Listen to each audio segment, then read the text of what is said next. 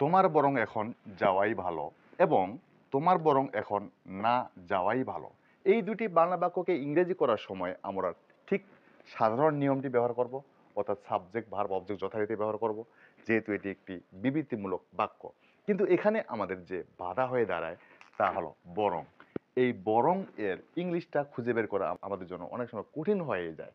মূলত বরং এর সাথে আমরা ব্যবহার করব ভালো, বরং ভালো। এই বরং ভালো এর জন্য আমরা ইংলিশ লিখতে পারবো বরং ভালো। এর জন্য ইংলিশ লিখবো আমরা হ্যাড বেটার। তাহলে হ্যাড বেটার এর জন্য আমরা ব্যবহার করব বরং ভালো। এবং আমরা জানি হ্যাড বেটার এর পূর্বে আমরা একটি সাবজেক্ট ব্যবহার করব এবং এরপরে আমরা ভার্বের ওয়ান ব্যবহার করব। তাহলে বরং ভালো এর জন্য আমরা হ্যাড বেটার যদি ব্যবহার করে থাকি, তাহলে বরং ভালো নয় এর জন্য কি ব্যবহার করব, সেখানে আমরা ভুল করে বসি, সেই ভুলটি শিখব এবং তৎসঙ্গে আরও বেশ কিছু সেন্টেন্স আমরা বেঙ্গলি টু ইংলিশ করার চেষ্টা করব। তোমার বরং, তোমারটা একটি, তোমার ইংলিশ আমরা লিখব ইওর, কিন্তু এখানে সাবজেক্ট হওয়ার কারণে ইওর এর সাবজেক্টিভ ফর্ম ব্যবহার করব ইউ।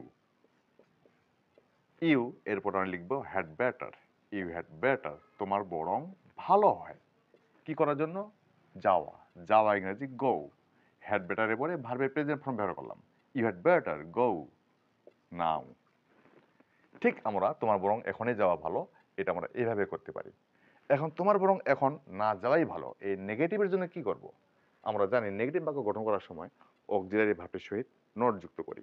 এখানে আমরা নট যুক্ত করব, সে অনুযায়ী আমরা লিখে থাকি you had not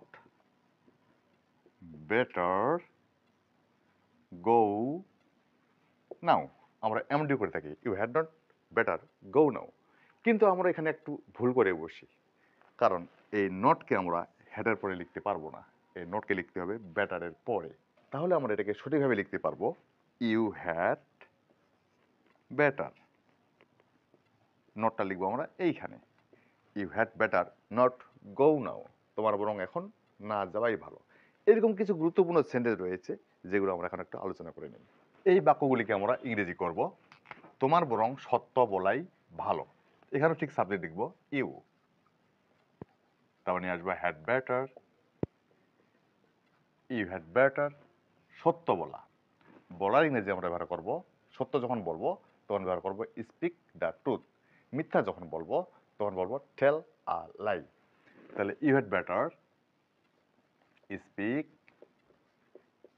the truth, you had better speak the truth, তোমার বরং সত্য বলাই ভালো।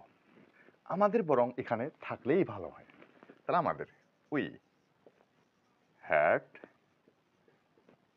Better, we had better stay here, we had better stay here, আমাদের বরং এখানে থাকলেই ভালো হয়, তার বরং এখন চিন্তা না করাই ভালো হয়। তাহলে নেগেটিভ করতে হবে, এটার জন্য নিয়ে আসবো হি অথবা সি। আমরা হি লিখলাম, হি হ্যাড বেটার, তারপরে নিব আমরা not, he had better not, চিন্তা করে না যে think, he had better not think, তা বরং চিন্তা না করলেই ভালো হয়। ডিয়ার ইংলিশ লার্নার্স, আমরা এরকম বরং ভালো এর জন্য English had better had rather ব্যবহার করতে পারি। এই প্যাটার্নটি ব্যবহার করে আমাদের দৈনন্দিন ইংলিশে আমরা অনেক সমস্যার সমাধান দিতে পারবো, তাই প্যাটার্নটি মনে রাখতে হবে। আর এই ভিডিও থেকে কিছু শিখে থাকলে দয়া করে সাবস্ক্রাইব করে দেবেন এবং আমার এই ভিডিওটিকে লাইক কমেন্ট শেয়ার করবেন। Thank you.